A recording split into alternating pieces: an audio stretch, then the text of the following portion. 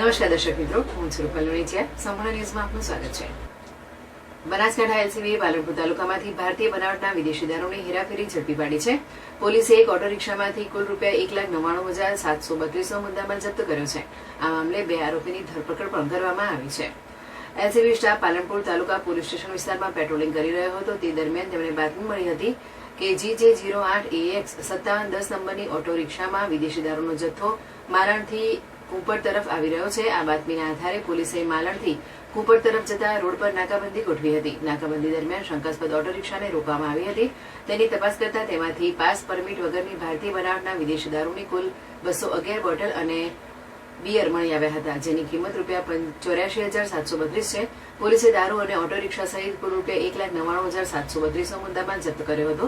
પોલીસે આ કેસમાં અજયજી પ્રતાપજી ઠાકોર, ઉંમર વર્ષ 19, રહેઠાણ રંગપુર બજડિયા, તાલુકો દાંતા, અને જગદીશભાઈ વાઘાભાઈ રબારી, ઉંમર વર્ષ 23, રહેઠાણ અડેરણ, તાલુકો દાંતાની ધરપકડ કરી છે. દારૂનો જથ્થો ભરાવનાર મંડિયા ઠેકાવાળો નામનો એક અજાણ્યો ઈસમ પણ આ ગુનામાં સામેલ હોવાનું ખુલ્યું છે. આ તમામ વિરુદ્ધ પાલનપુર તાલુકા પોલીસ સ્ટેશનમાં કાયદેસરની કાર્યવાહી હાથ ધરાઈ છે.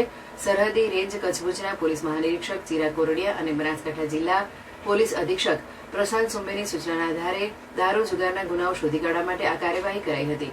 એલસીબી પોલીસ ઇન્સ્પેક્ટર એવી દેસાઈના માર્ગદર્શન હેઠળ આ કામગીરી પાર પાડવામાં આવી હતી.